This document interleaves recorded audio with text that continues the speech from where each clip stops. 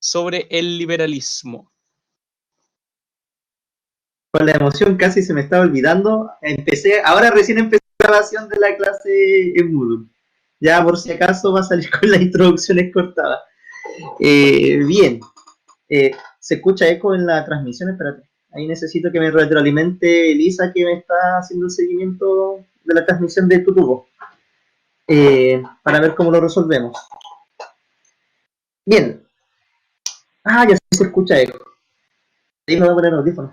Voy a bajarte el volumen, Sebastián, de mi tele.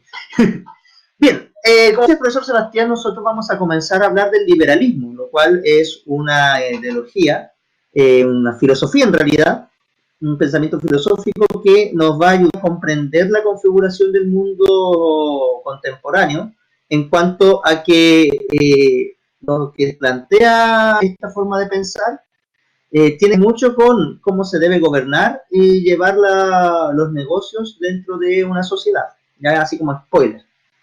Para no seguir introduciendo el tema, vamos a lo nuestro. Ustedes podrán ver proyectado ahí en pantalla una presentación que hemos preparado para ustedes, la cual está en su plataforma Moodle, la cual es un texto que habla sobre el liberalismo. Por lo tanto, lo primero que se van a encontrar es con esta pantallita. Nosotros le damos al play, clic al play ahí y vamos a ingresar.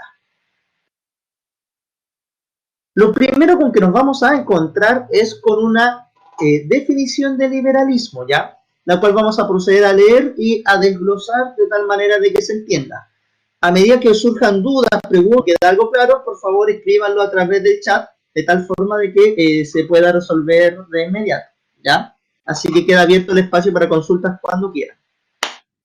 Primero, el texto nos señala que el liberalismo... Hola, Nicolás.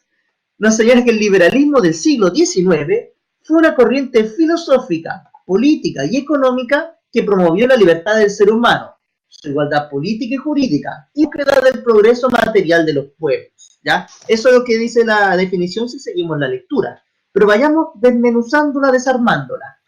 Para empezar, igual cabe destacar y recordar que cuando hablamos del siglo XIX, hablamos de los años entre el 1800 y 1899, ¿ya? Para quedar bastante con esa definición y no tener problema con el espacio temporal, ¿ya? Cuando hablamos de que es una corriente filosófica, recordemos que la filosofía se ocupa de darle respuesta a las grandes preguntas existenciales del ser humano, ¿ya? Y preguntas existenciales no más allá del quién soy, dónde vengo, somos hijos de extraterrestres, etcétera. Preguntas existenciales también son, por ejemplo, cómo debe ser llevado el gobierno, qué es la moral dentro de una república, cuáles son los valores que debe tener un país. Todo eso también son preguntas filosóficas sobre el devenir de una sociedad y sobre el devenir de un Estado. Por lo tanto, el liberalismo trata de abordar filosóficamente estas preguntas. Ahora, ¿en qué ámbito se concentra? Uno de sus ámbitos de interés va a ser el campo político. O sea, el liberalismo básicamente propone una manera de cómo debe gobernarse un país, de cómo debe llevarse la política de un país. Y la otra es la economía. O sea, también el liberalismo propone una forma particular de cómo debe llevarse los negocios y cómo debe llevarse la economía dentro de una sociedad. ¿Cuáles son esas formas? Es algo que vamos a explorar con más detalle a continuación lo que avancemos en esta clase. Promueve la libertad del ser humano, ya el nombre lo dice, yo creo que es como bastante evidente. Liberalismo, liberal, libertad, ¿cierto? Promueve que el ser humano debe ser libre. Y esa libertad debe ser en igualdad de condiciones, o sea, plantea una igualdad política, o sea, de que el ser humano es igual ante el poder político y es igual ante la forma de ordenar la sociedad, y jurídica, o sea, el ser humano ante las leyes también es igual, o sea, la ley no es más o menos pesada para uno o para otro, o la ley se aplica de diferente a unos u otros ciudadanos, ¿ya? Eso es lo que propone el liberalismo. Y todo esto también se añade la búsqueda del progreso material de los pueblos. En pocas palabras, lo que uno conoce como el concepto de riqueza nacional, el concepto de riqueza material. O sea que también no solamente sea un progreso espiritual, un progreso anual, sino que también habla de un progreso netamente de tener riqueza, de tener riqueza y de tener prosperidad, no solo en el campo filosófico o en el plano existencial, sino que también tener prosperidad en lo material. ¿Profesor? Una de las cosas importantes que plantea el liberalismo y de que se genera a partir del liberalismo es que se parte de una teoría filosófica, una teoría política, y se lleva a la práctica. A diferencia de otras corrientes filosóficas, la importancia y la trascendencia del liberalismo hasta el día de hoy consiste principalmente en eso, de que fue una teoría política, filosófica, pero que fue tomada como ejemplo y se comienza a aplicar finalmente. Si el liberalismo hubiese quedado en la teoría filosófica y no se hubiese aplicado, sería una de las tantas teorías filosóficas que existen, pero la importancia radica en que esta teoría va a ser llevada a la práctica por distintas sociedades en distintos tiempos, hasta el día de hoy. El liberalismo va a servir, si bien nace en Inglaterra, después se extiende por el resto de Europa y de Europa finalmente llega hasta nuestro continente americano, que es lo que vamos a ver con mayor profundidad más adelante. Bien. Continuamos con la lectura del texto, ¿ya? Hasta el punto, ¿alguna pregunta? ¿Vamos bien? ¿Qué dice Nicolás? ¿Qué dice Daniela? Por el YouTube también pueden hacer sus consultas si es que alguien se conectó al YouTube. Bien. 5, 4, 3, 2, 1, seguimos. Entonces, este liberalismo, vamos a leer, nació en Inglaterra durante el siglo XVII, ¿ya? Un pequeño repaso de números romanos. Recordemos que aquí tenemos la X que significa 10, la V que significa 15, 10 más 5, 15, y 17, porque estos unos romanos, después del 5, pasan sumando. Si estuvieran antes, hubiera pasado restando. Entonces tenemos el siglo XVII, o sea, vale decir, el año 1699 se marca el siglo XVII. Ahí nace el liberalismo como idea, surge, ¿ya? Ahora, este liberalismo que surge en el 17 va cobrando forma durante el 18 y durante el siglo XIX tiene lo suficiente importancia como para que se vuelva más protagónico. Hay que tener en cuenta que los modelos de pensamiento, una vez que surgen, diferentes autores que les gusta esta idea van aportando más ideas a esta, construyendo en la medida que otros filósofos dicen, oh, qué bonita esta idea, la tomaré y hablaré sobre ella, o le daré vueltas, o la transformaré según lo pienso. Y de esa manera va transformándose. Luego nos vamos a encontrar ya en el 18, el liberalismo va a empezar a alcanzar su máxima expresión en dos movimientos bastante importantes de la época. El primero, la Revolución Norteamericana en 1776, que es cuando Estados Unidos logra hacerse independiente de Inglaterra, ¿ya? Y el otro movimiento que nos señala acá es la Revolución Francesa, que es cuando el pueblo francés logra hacerse la monarquía, guillotinan a sus reyes, sale la cabeza y queda totalmente anulada la monarquía, por un tiempo, porque después va a volver, pero eso es harina total. Entonces cobra fuerza estas ideas y en América el liberalismo va a ser transportado durante los procesos independentistas. De los años que señala de inicio este texto, del año de 1810, el año clave cuando comienza su proceso independentista paralelo tanto Argentina como Chile. Y ese proceso independentista, o sea, el discurso, la idea de por qué hay que ser independiente, vienen inspiradas desde liberales. ¿Profesor? Básicamente acá en América se toma esta idea que viene de Europa y se comienza a aplicar con mayor profundidad ya, porque en toda América, incluyendo Estados Unidos, éramos colonia de imperios de otros estados. Estados Unidos eran colonias de Inglaterra y a su vez acá en América Latina habían colonias que eran de Holanda, colonias de Francia, colonias de España también. Por lo tanto, se comienza a gatillar la idea de tomar esta idea liberal y transformarla de una idea a llevarla a la práctica, tomando como ejemplo la Revolución Francesa y también la Revolución Norteamericana. Otro punto importante a considerar es que el liberalismo nace en Inglaterra en el siglo XVII, y es que en el 1600, en Inglaterra, el rey decide crear una constitución política en la cual se establecen los derechos y las libertades que tienen los ciudadanos, ¿ya? No deja de ser azaroso de que surja también el liberalismo en Inglaterra, porque su contexto político permite que los individuos, que las personas tengan una mayor libertad de la que tenían las personas en otros países, en otros estados. Por lo tanto, en Inglaterra, en conjunto con surgir el liberalismo, es que el rey permite la creación de una constitución política que le da mayor garantía a la gente y le entrega mayor libertad. De ahí que van de la mano estos dos procesos, la creación del liberalismo en Inglaterra y la creación de esta primera constitución moderna en Inglaterra, que va a ser la primera constitución política moderna como la conocemos hoy en la actualidad. Bien. Hasta este punto, ¿alguna pregunta? Si tienen alguna duda, para no tener problema de micrófono, la escriben en el chat, ya sea desde la plataforma Moodle o también a los espectadores que están en YouTube, que alcanzan el número de 11. Lamentablemente, no, absténganse. No. Lamentablemente no podemos ver quiénes están conectados por YouTube, así que ahí no puedo mandar saludos, pero igual está el chat en directo, lo tengo aquí también para poder abordar cualquier duda o reflexión también ya que se les vaya ocurriendo. ¿Ya? Entonces, ¿les parece que continuemos? Ya, menos mal, son 12. ¿Les parece que continuemos? ¿Sí? ¿No? ¿Sí? Ya. Por último, si hay alguna duda, hacemos una y nos detenemos a responderla.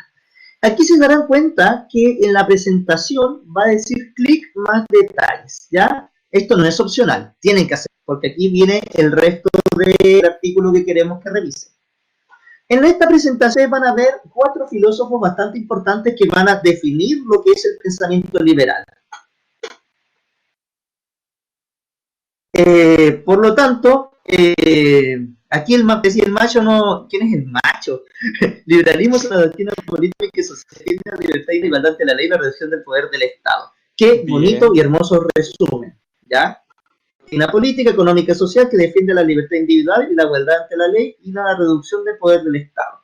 Pero de manera, para complementar lo que dice el macho, que hace referencia a un liberalismo más del siglo XX, ¿ya? Nosotros no estamos revisando el liberalismo más bien en su origen. Lo que es el tema del rol de la reducción del Estado, se va a empezar desde el 19 a construir, pero ese rol, esa afinidad clara de hacer desde chiquitito, va a agarrar en el siglo XX, y también lo va a agarrar sobre todo cuando veamos su variante más extrema, que es el neoliberalismo.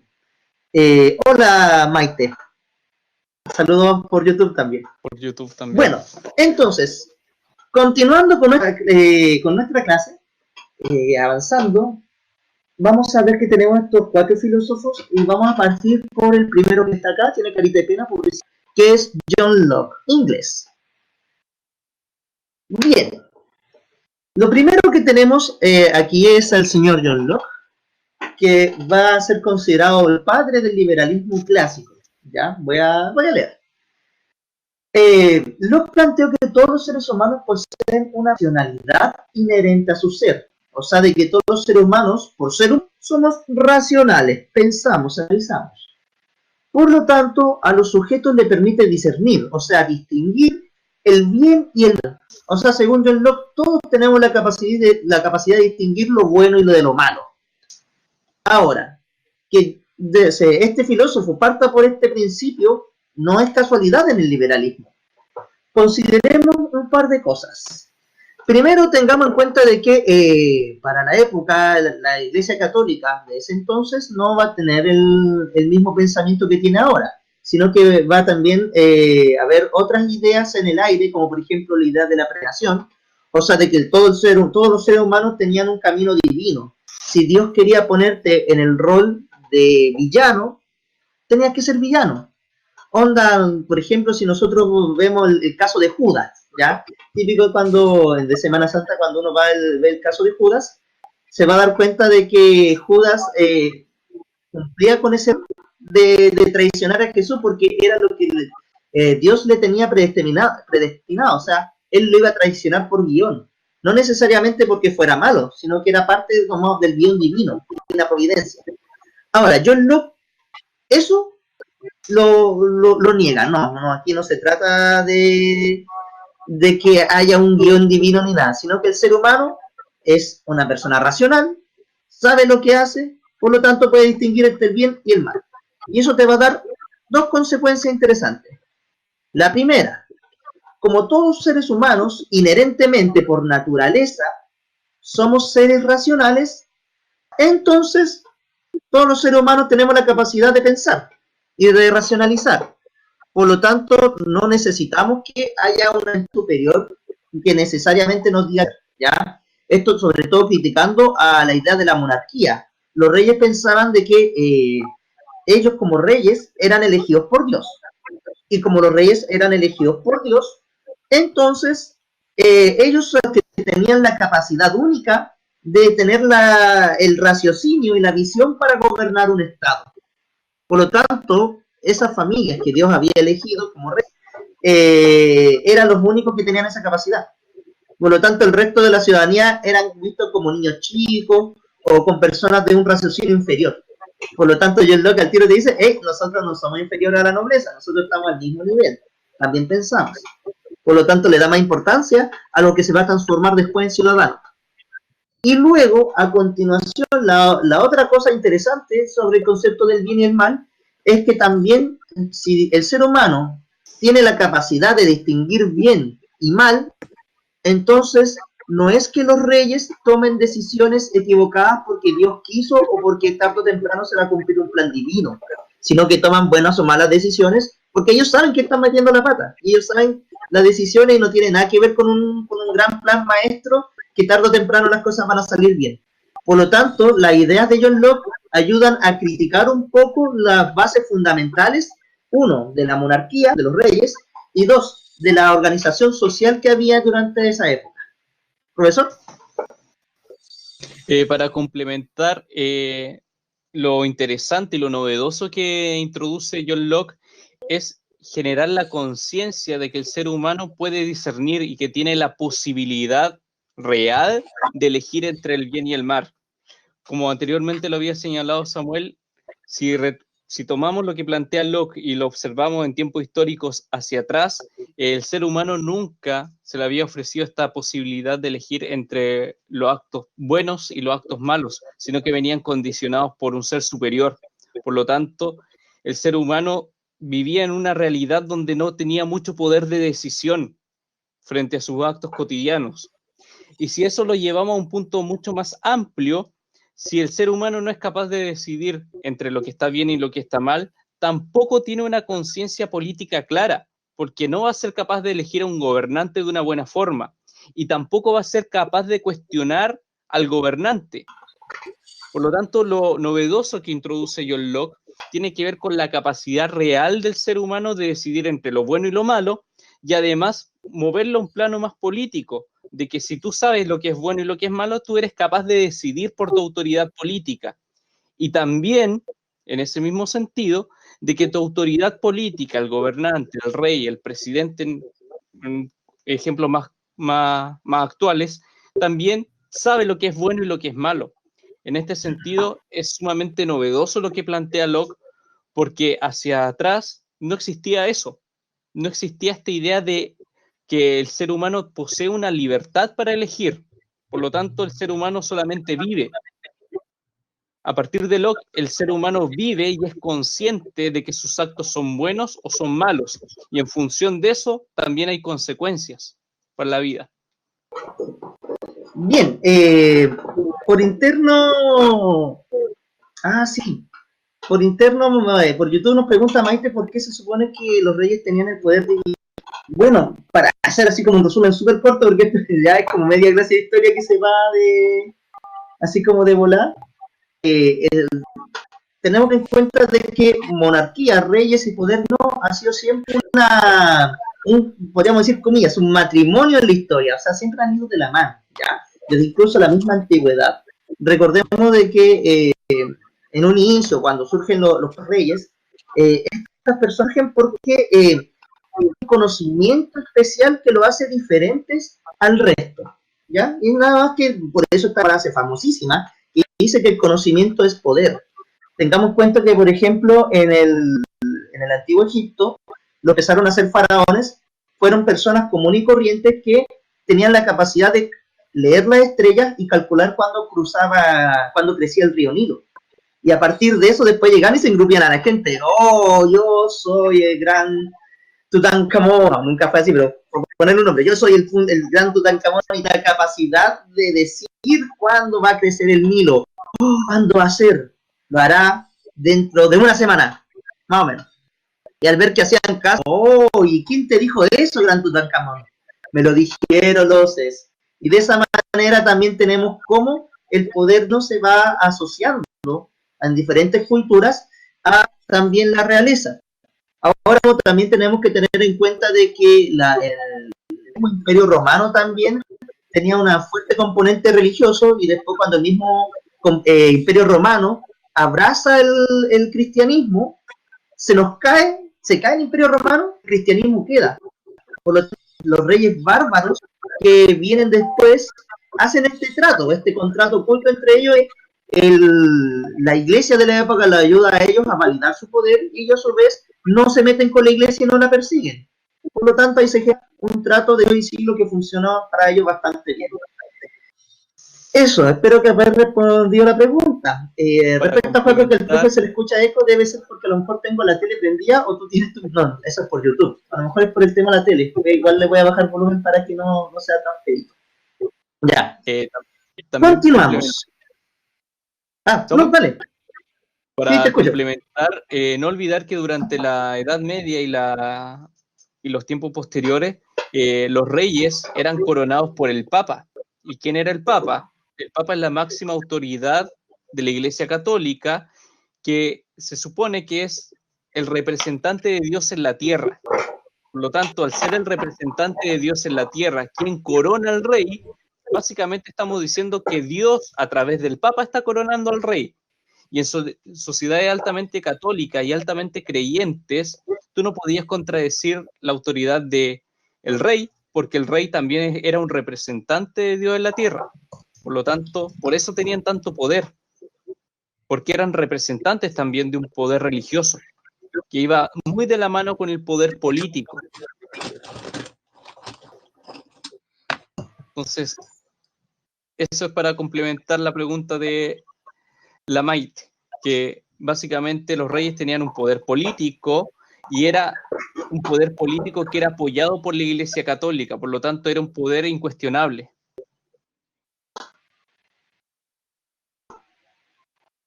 Bien, continuando, vamos a continuar con el texto. ¿Queda claro hasta el momento? ¿Sí? ¿Sí? ¿Sí? Ya. Siguiendo con el texto, Locke también señala que entre los derechos humanos básicos se encuentra el derecho a la propiedad, a la libertad y a la vida, las cuales se obtenían desde el nacimiento. ¿Ya? Importante ahí tener en cuenta de que los derechos humanos surgen no después de la Segunda Guerra. Aquí hay que aclarar eso para que después, cuando veamos esa materia, no se nos confunda. Después de la Segunda Guerra, lo que surge es la Carta Fundamental de los Derechos Humanos. O sea, surge el documento que pesca a los humanos y los recoge en un solo documento para unificarlos. Pero esos derechos ya existían y ya estaba la preocupación sobre su existencia del siglo antes de lo que fue la Segunda Guerra, ¿ya? Por lo tanto, John Locke es uno de los autores que empieza a aportar con el tema de derechos humanos, y que plantea los derechos que son desde el nacimiento. O sea, los derechos humanos se adquieren desde que tú naces. Los derechos fundamentales son el derecho a la propiedad, o sea, que tú posees tu derecho a la posesión, a tener cosas, no te lo deberá quitar, llega un rey y te quita las cosas, o un gobernante. El derecho a libertad, o sea, la libertad no solamente de pensamiento, sino que de ser. ¿Ah? Era el volumen de... Ya. Y están viendo el tema del eco. Y también los derechos a la vida, o sea, el derecho también a tener la vida que se te respete, también se obtiene de nacimiento, ¿ya? Así que ahí tenemos un aporte importante a lo que hoy día conocemos como derechos humanos. ¿Por eso? Importante en el sentido de que la base fundamental va, como toda la historia, va teniendo bases en otros escritos. Por ejemplo, la Declaración Universal de Derechos Humanos de 1948, que es después de la Segunda Guerra Mundial, toma en parte derechos de distinto tipo, tanto constituciones políticas, el código más antiguo como el Código Romano, incluso el Código de Hammurabi, que data de antes de Cristo. Por lo tanto, lo que tiene que ver con derechos humanos se va sumando, y ya en 1948, después de la Segunda Guerra Mundial, se establece como un derecho básico que es fundamental de entendimiento entre todos los países, que es lo que tenemos hoy en día. Bien. ¿Queda claro hasta el momento? ¿Vamos bien hasta ahí para poder avanzar? Ya. Vamos avanzando. Vamos a pasar a nuestro segundo autor. Ya nos vamos a ir apurando porque nos queda tanto como media hora. Que es Jean-Jacques Rousseau, el único francés que vamos a encontrar dentro de este selecto listado de filósofos. ¿Ya? Entonces, Jean-Jacques Rousseau es un pensador europeo que, para empezar, se va a basar en lo que va en el pensamiento de Locke. Ya normal que cuando se construye un pensamiento filosófico como el liberalismo o cualquier otro, siempre parte con unos teóricos de inicio que van a, digamos, de alguna manera decirlo, inventar el pensamiento. O sea, ellos crean la teoría. Pero a medida que va pasando el tiempo, estas ideas van teniendo difusión y otros filósofos las leen, las revisan y van a surgir por lo general dos tipos de filosofía.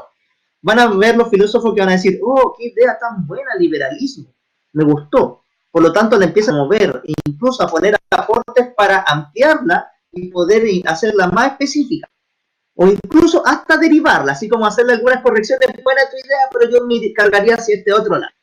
Y tenemos a todos aquellos filósofos que no les va a gustar la idea y la van a criticar o incluso van a parar un movimiento que va a ser lo opuesto a esa idea, ¿ya? Que va a ser la antítesis.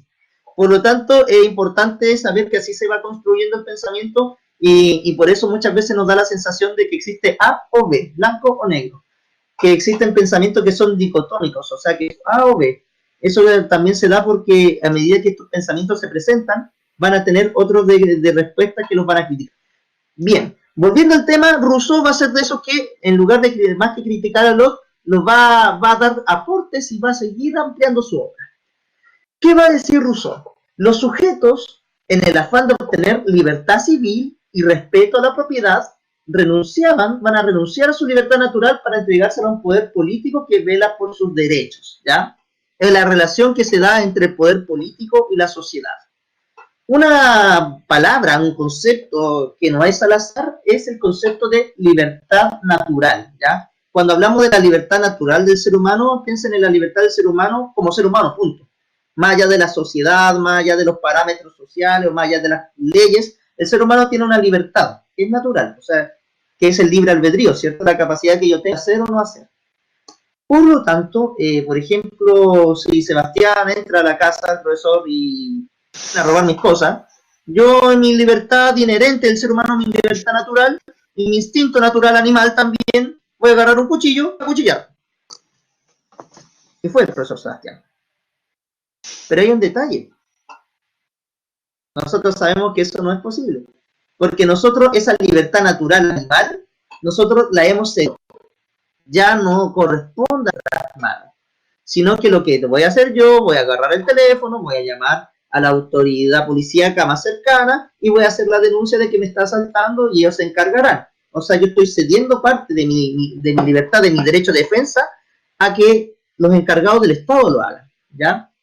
Por lo tanto, lo que se establece ahí, según Rousseau, es una relación entre los gobernados y los gobernantes. Y esa relación entre gobernados y gobernantes va a dar origen a algo que él señala, que se llama el contrato social, ¿ya?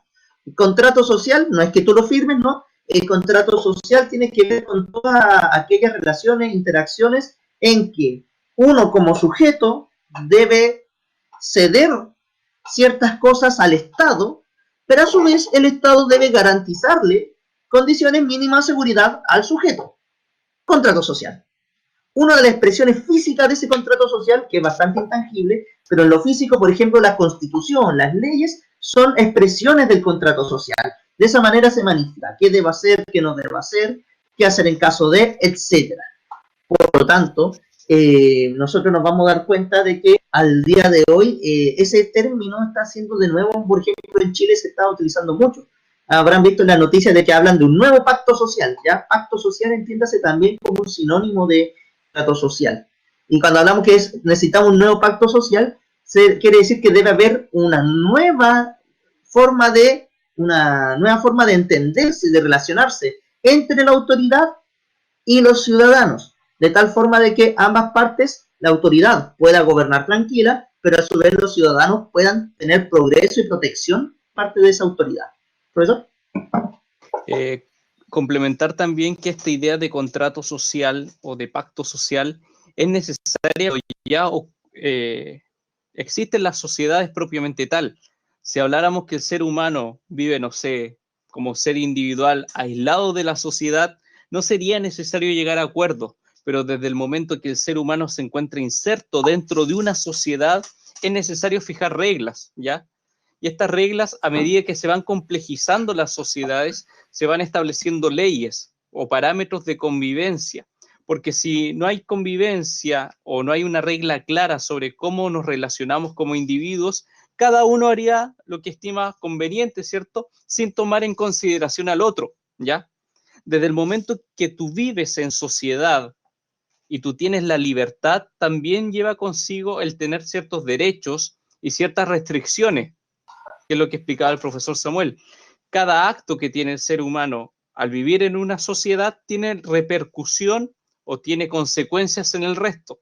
Por eso es que es tan importante establecer un contrato social, un contrato explícito, en algunos casos mediante las leyes y las constituciones políticas, y en otros casos que son contratos más bien implícitos, que se te garantizan ciertas cosas, pero tú tienes que cumplir con otras cosas para vivir bien dentro de esta sociedad.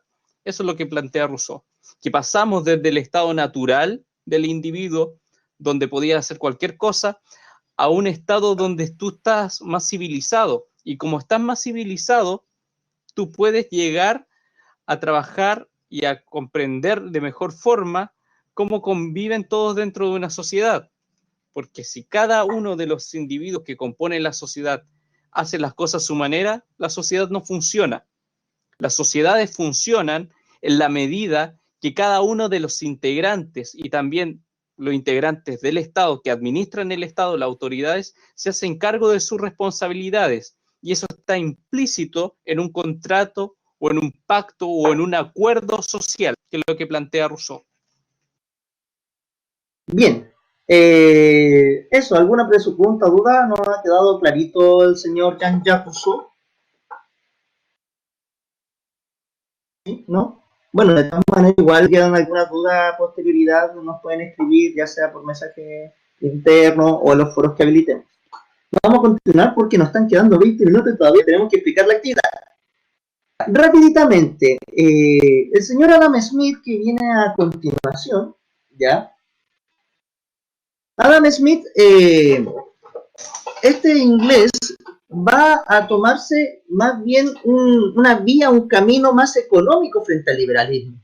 Va a escribir una obra llamada La riqueza de las naciones, ¿ya? La cual plantea de que los sujetos tienen que tener la libertad de tomar sus propias decisiones económicas independientes del Estado, ¿ya? Eso es lo que nosotros conocemos como el laissez-faire, y fue lo que el Mayo en YouTube nos dio una definición muy buena que respecto a lo que es el liberalismo económico, ¿ya? También, pero eso recién se viene a aplicar cuando se integra el liberalismo al pensamiento de Adam Smith, ¿ya? Incluso va a llegar un punto en que el liberalismo político que hemos visto anteriormente va a empezar a hacerse el liberalismo económico a tal punto que van a hacer pensamiento independiente e incluso hasta contradictorios. Partieron juntitos en la misma familia, pero después, ¡pum!, van a chocar porque sus ideales van a ser compatibles. ¿Qué plantea Adam Smith? La idea del laissez-faire, que es una palabra francesa que significa dejar hacer.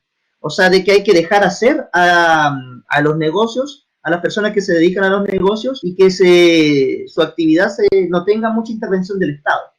Ahora, ¿cómo se lleva el laissez-faire? Hay que dejar que el libre juego de la oferta y la demanda determinen las decisiones de los individuos en el campo económico.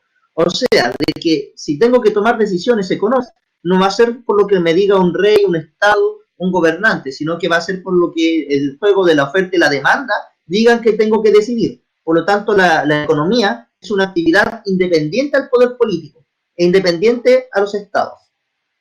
¿Profesor? En este sentido, lo que plantea Adam Smith es una novedad. Bueno, todo lo que plantean estos cuatro filósofos son novedosos para su época, porque plantean algo nuevo y algo que viene a cambiar las reglas del juego. Antes que Adam Smith planteara su texto, La riqueza de las naciones, lo que se planteaba en Europa es que si tú tenías un territorio, tú hacías y deshacías económicamente del territorio, por lo tanto tú podías fijar precios, tú podías intervenir en el mercado, tú solamente tenías la exclusividad de vender y comprar dentro de ese territorio. Lo que plantea Adam Smith también viene a abrir una línea que lo que planteaba la autoridad política de Inglaterra, que era que Inglaterra tenía el derecho libremente de comerciar con cualquier país y no solamente con los territorios que tenía bajo su dominio. Inglaterra planteaba eso porque básicamente quería y necesitaba comercializar con el resto de América. Inglaterra no podía porque no estaban bajo sus posesiones y España tenía prohibido a todas sus colonias comerciar directamente con Inglaterra. A partir del texto de La riqueza de las naciones, inclusive España después va a hacer unas reformas que permiten que sus colonias comercialicen con Inglaterra, ¿ya? Lo que da cuenta de la profundidad que logra el texto de Adam Smith, incluso para hacer política en España, porque las reformas que se realizan en España a principios del siglo XIX buscan darle mayor libertad de comercio a los territorios que estaban bajo su dominio acá en América, pero aún ahí entregando un poco de libertad de comercio. Ideas de independencia en América Latina ya estaban gestándose y tenían una profundidad mayor que la libertad económica, ¿ya? La idea de Adam Smith va a ser tan importante que hasta el día de hoy sus postulados son tomados como válidos. La idea de que el mercado se autorregula, de que el mercado no tiene que tener la mayor libertad y que el mercado se va a regular solo es una idea base en la economía actual, en la que se establece que el Estado tiene que tener una menor incidencia posible. El Estado sí puede actuar como ente regulador, pero según la teoría de Adam Smith, es el mercado quien, mediante la oferta y la demanda, controla los flujos dentro de un sistema económico. ¿Alguna consulta o duda que está quedando claro el pensamiento liberalismo económico de Adam Smith? Sí. Bien, vamos a ir avanzando entonces. Último, para llegar al fin, a don John Stuart, ¿ya? A este señor cabezón, bien cabezón. En mucho sentido, Stuart Mill va a plantear la idea de la individualidad de los sujetos. Él plantea que los sujetos desarrollando y adquieren sus propias cualidades en un contexto social determinado. O sea, de que no hay como una especie de luz divina que a los seres humanos distingue a unos de otros, sino que el humano se va forjando, ¿ya? Recordemos que para esta época la idea de que el ser humano tenía una fuerte componente divino para su formación estaba bastante arraigada. La gente pensaba de que, pucha, el típico es que Dios te hizo así.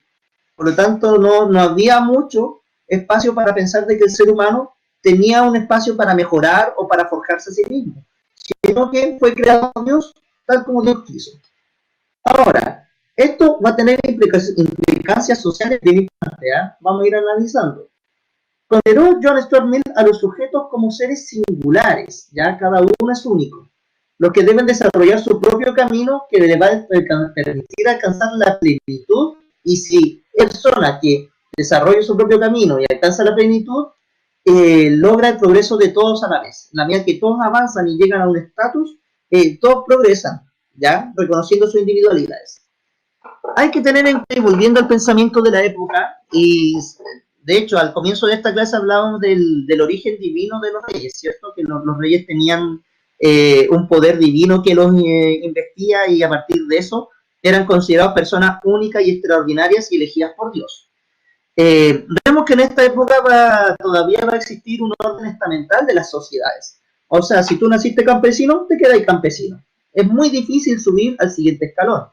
Y en esta época va a surgir un grupo social que vamos a estudiar también durante estas clases, que va a ser la burguesía.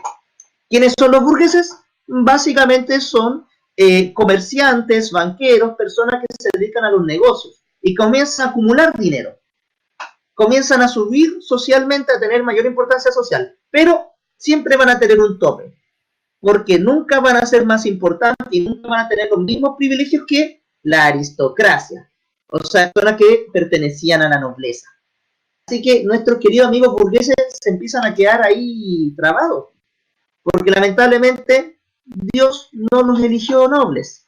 Vamos a llegar a un punto en que esta época, igual la aristocracia va a empezar a sufrir su propia crisis. De hecho, va a llegar un punto en que aristócratas, al verse empobrecidos por no saber administrar sus herencias familiares, van a empezar a vender títulos nobiliarios. Por lo tanto, de esa manera también van a acceder a la nobleza o a casar a sus hijos de burgueses con los de aristócratas, de tal manera que el aristócrata pueda obtener dinero de vuelta y el burgués pueda tener la importancia social que siempre buscó. Ahora, también teniendo en cuenta ese pensamiento, y realista, para ser filósofo en esta época hay que ser burgués, uno de los problemas principales de la burguesía era el no reconocimiento social que tenían. Imagínense todos esos burgueses que no alcanzaban hola, Edison. Todos esos burgueses que no alcanzaban a tener la importancia social tanto como el aristócrata.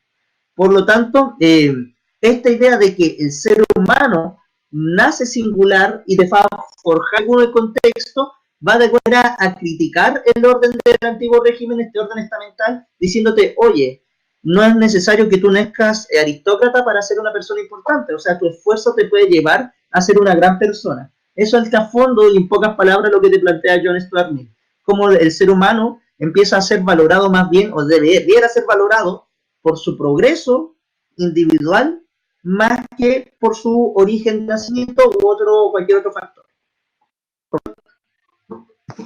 Cortito, profesor, nos quedan 13 minutos. Ya, para complementar, idea de John Stuart Mill, claro, hondo acá en América Latina, en el sentido de que pensemos que los que mandaban acá en América Latina, antes de los procesos de independencia, venían todos de España. Por lo tanto, al venir de España, los criollos, que eran hijos de españoles nacidos acá en América Latina, no podían mandar. Por lo tanto, su nivel de progreso o su nivel de ascenso en la escala de poder tenía un límite. Por ejemplo, tú por más que fueras abogado, por más que tuvieras estudio en España, si habías nacido acá en América Latina y eras hijo de español, pero habías nacido acá, no podías ser, por ejemplo, máxima autoridad de un tribunal acá en América Latina. No se podía, porque habías nacido acá.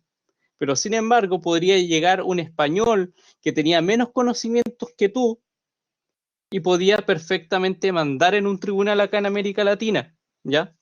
Por lo tanto, esa idea de que el progreso era solamente para algunos y no para todos, va a pegar muy fuerte acá en América Latina y va a ser una de las razones que explica por qué los criollos van a apoyar estos procesos de independencia, de alejarse de España. Porque ellos en la crítica propia se daban cuenta de que eran igualmente capaces que los españoles, pero por haber nacido acá en América no tenían las mismas oportunidades. Entonces, esta idea de John Stuart Mill calza bastante bien con esta idea de que el progreso también lo puedo obtener yo en base a mi trabajo y que no viene condicionado por quién soy, ¿ya? Por lo tanto, estas cuatro ideas, la de John Stuart Mill, la de Adam Smith, la de Locke y la de Rousseau, vienen a complementar y explicar por qué los procesos de independencia se dan con tanta fuerza acá en América Latina. Porque vienen a crear una nueva alternativa que antes no existía. Tal vez con existir un sustento teórico, permite elaborar un discurso mucho más fuerte en cuanto a independencia, que se toma como ejemplo lo de Estados Unidos, se toma lo que pasa con la Revolución Francesa y se adapta a nuestro contexto tanto chileno, argentino y del resto de los países latinoamericanos. Correcto. Bien, jóvenes, hasta este punto, ¿todavía queda alguna duda? Paciencia, lo de YouTube, me están lagueando. No voy a hacer muchos cambios por ahora porque significaría mandar abajo toda la transmisión. Ya, juventud, ¿hasta el momento queda claro lo que se ha expuesto sobre los filósofos?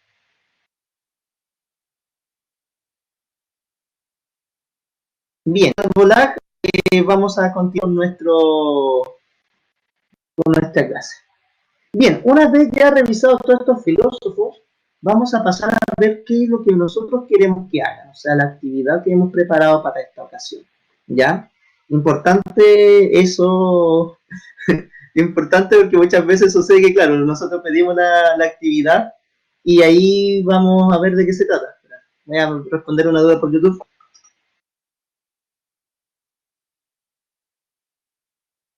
Ya, entonces, podrán ver en pantalla de que tenemos el cuestionario Moodle, va a constar de dos tipos de preguntas.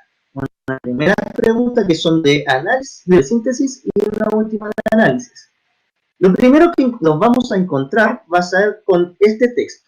No se asusten, ese texto que ven en pantalla es exactamente el mismo texto que acabamos de revisar y de ver en esta clase, solamente que ahí lo pusimos en un formato más bonito.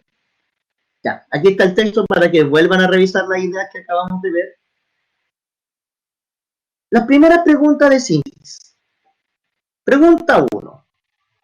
¿Cuáles son los derechos humanos básicos según John Locke? ¿Ya? Lo primero le preguntamos que cuáles son los derechos humanos básicos según Locke y lo revisamos. ¿Ya? Idealmente ahí ponerse una fundamentación o complementar la respuesta en lo mejor posible. ¿Cómo entiende el concepto de libertad Rousseau? ¿Ya? También hablamos de eso. Resumir el pensamiento Rousseau ahí. ¿En qué consiste el liberalismo económico que plantea Smith? También, lo mismo. Resumir cuáles son el liberalismo que según Smith. ¿En qué consiste el concepto de individualidad que acabamos de ver? Por último, la pregunta 5 le preguntamos ¿qué es liberalismo? Pero queremos que realicen una definición integrando las ideas de los filósofos mencionados en el artículo. O sea, hacer una definición del liberalismo integrando el pensamiento de Locke, de Rousseau, de Smith y de Mill. ¿Ya? La nota. Eso es pregunta de síntesis. Y a continuación, una última pregunta que es más bien de análisis. ¿Ya? Después de haber conocido y revisado estos autores del liberalismo, ¿de qué forma podemos observar la presencia de las ideas liberales en nuestra sociedad actual? O sea, ¿ya? Ejemplificar con elementos de nuestra vida político, económicos, sociales, y obviamente guiándose e integrando la idea de los autores. Por ejemplo, profesor, el pensamiento de John Locke sobre derechos nosotros humanos lo podemos ver en este asunto. El pensamiento de Smith sobre la economía lo podemos ver en este otro aspecto y por qué funcionan las cosas. De esa manera, ustedes me van explicando, según cada uno lo es, cómo la idea del liberalismo del siglo XIX, del siglo XVI, se ven reflejadas todavía hoy en siglo XXI. Eso, estimados estudiantes. Espero que haya quedado clarito. Sí, estamos como súper bien en la hora. Si quedan dudas, este es el momento. Pero espero que de verdad les resulte fácil. Igual cosa pueden aprovechar los canales, ya sea los mensajes directos o los canales de comunicación como el Instagram que hemos dispuesto para ustedes, de forma de que puedan resolver lo mejor posible actividades. Chiquillo, esta grabación también va a quedar en Moodle. Dentro de una hora más se sube porque esto es un servidor externo que la tiene que procesar y después se sube al Moodle, al mismo Moodle del curso. El texto está ahí, la idea es que puedan trabajar, es que tienen harto tiempo para realizar esto, vayan revisando si han hecho la actividad anterior, porque esta semana tenemos que enviar un documento también a sus apoderados sobre los trabajos que están realizando. Así que lo importante es ponerse al día, trabajar, trabajar, trabajar, porque el mundo va a continuar. Así que ponerse al día, chiquillos, y eso, hacer harto caso a los papás, precauciones, usar mascarillas, cuidarse entre todos, porque si se cuidan ustedes, nos cuidamos todos, ¿ya? Así que eso. Y con eso damos por finalizada Claro, y la para clase. los que están viendo la transmisión en YouTube, paciencia por favor, ya va a terminar. Perdonen el lag, pero también esta misma presentación, si no llegara a verse en el Moodle, igual podemos disponer el enlace de YouTube que se hizo, y no solamente para ustedes, sino que para otros cursos en caso de emergencia. Muchas gracias, Augusto. Yo creo que siendo 50 minutos nos liberamos para que hagan más tareas. Cuídense, que les vaya muy Chao, bien. que estén bien.